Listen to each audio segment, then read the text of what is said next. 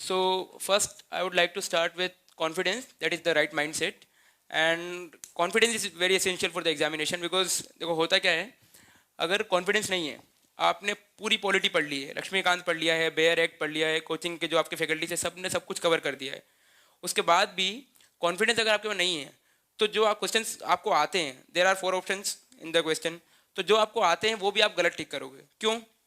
Suppose there are 4 options A B C and D and you are confuse between A and B, तो आपको लगता है कि यार हो सकता है ए आंसर हो, लेकिन आप उसको टिक तब करोगे जब आपका कॉन्फिडेंस अंदर से आएगा कि हाँ यार मैं ही सही हूँ, बाकी सब गलत है, मैं जो सोच रहा हूँ वो सही है। लेकिन अगर कॉन्फिडेंस नहीं है तो आपको क्या लगेगा कि no, I can not be right on that and maybe I am wrong. तो इससे होगा ये कि इससे डेविएट होकर आप ये आंसर टिक करोगे। और एमसीक्यू सॉल्व करने का मेरा अपना तरीका है। मैं स्कूल और कॉलेज टाइम में भी काफ़ी क्विज कॉम्पिटिशन्स में एक्टिव था and I have done a lot of quizzing, I was also a quiz master.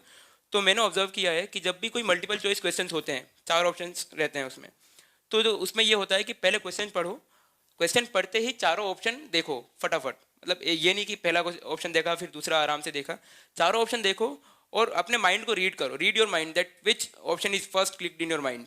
जो ऑप्शन सबसे पहले आपके माइंड में क्लिक होता है वही आंसर होता है। अगर उस चीज़ को पहले आपने कभी भी एक जगह कहीं पढ़ा है तो, अगर नहीं पढ़ा है तो your mind will not answer, your mind will not respond that what is the answer of actual question.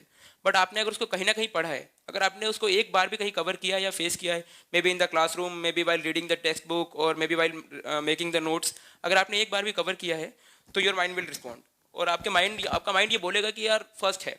लेकिन उसके लिए ज़रूरी ये है कि you need to read your mind कि आपका माइंड सबसे पहले किस ऑप्शन को आंसर कर रहा है। अगर आपके माइंड में आता है ए, तो without second thought just mark the option A. और अगर आपके पास कुछ रीजनिंग है, अगर कुछ और याद आ जाता है तो उसके बाद आप जरूर कुछ और टिक कर सकते हो। अदरवाइज आपके माइंड को रीड करो और जो सबसे पहला ऑप्शन आपके माइंड में क्लिक होता है उसको टिक करो, वो सही आंसर होगा। इन 90% of the cases that would be the right answer.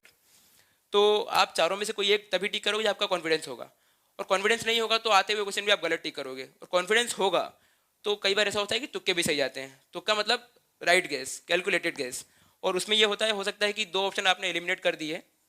और यहाँ मैं आपको ये भी बता देता हूँ कि बेसिकली आपको पता होगा वैसे भी कि मल्टीपल चॉइस क्वेश्चन जो होते हैं 100 क्वेश्चन, उनको कवर करने का तरीका क्या होता है। All the toppers have suggested and I will also suggest कि देर आर 3 राउंड्स।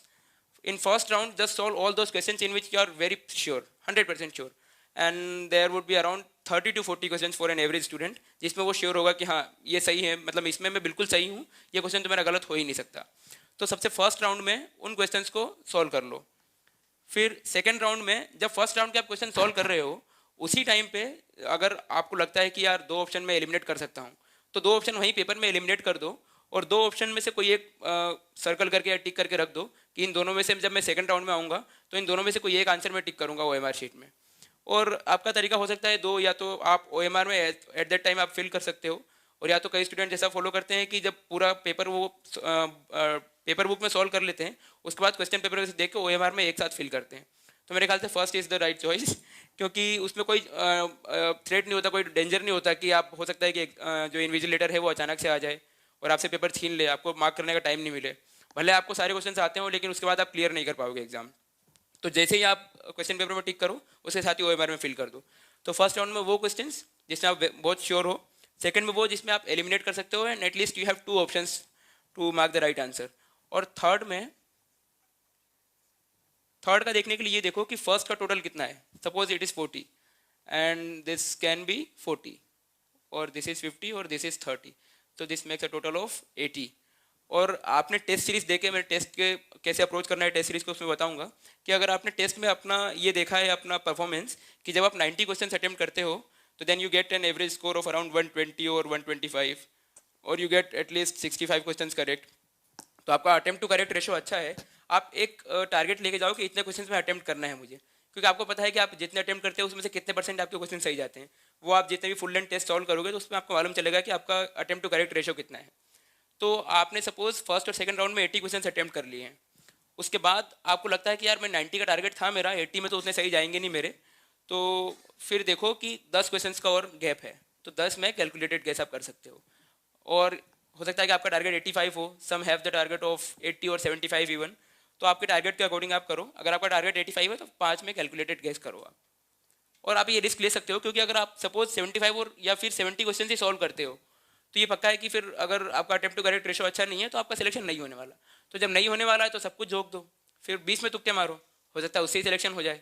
क्योंकि आपको जब बस प्रीलिम्स क्लियर करना है, अगर आपके पास मेंस की आंसर राइटिंग स्किल्स अच्छी है, आपने अच्छी से प्रैक्टिस किया है, आपने ऑप्शनल कवर किया है, उसका बेस्ट यूज आप तभी ले सकते हो जब आपको मेंस लिखने का मौका मिले।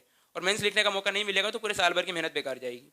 तो उसके लिए यहाँ थोड़ा बहुत रिस्क ले सकते हो आप। अगर आप 70 ही अटेम्प्ट कर पा रहे हो और उसमें लगता है कि आपको नहीं होगा तो फिर गेस वर्क करो जितना कर सकते हो, इंटेलिजेंट गेस वर्क छोड़ के मत आओ। मतलब बाहर आने के बाद लगना चाहिए, थोड़ी तो फीलिंग होनी चाहिए कि यार हो सकता है। आंसर की से फिर मैच करो, फिर देखो होता है कि नहीं होता है। लेकिन कोई कोई वहाँ पे मतलब कोई संशय मत छोड़ो कि यार बात बाहर निकल के लगे यार कि 70 ही अटेम्प्ट किए, होना ही नहीं है इस बार। तो ये कम से कम अपने माइंड में रखना कि अगर आपका अटेम्प्ट टू करेक्ट रेशो अच्छा नहीं है तो थोड़ा ज़्यादा अटेम्प्ट करके आओ, ताकि थोड़ा बहुत होप रहे बात का।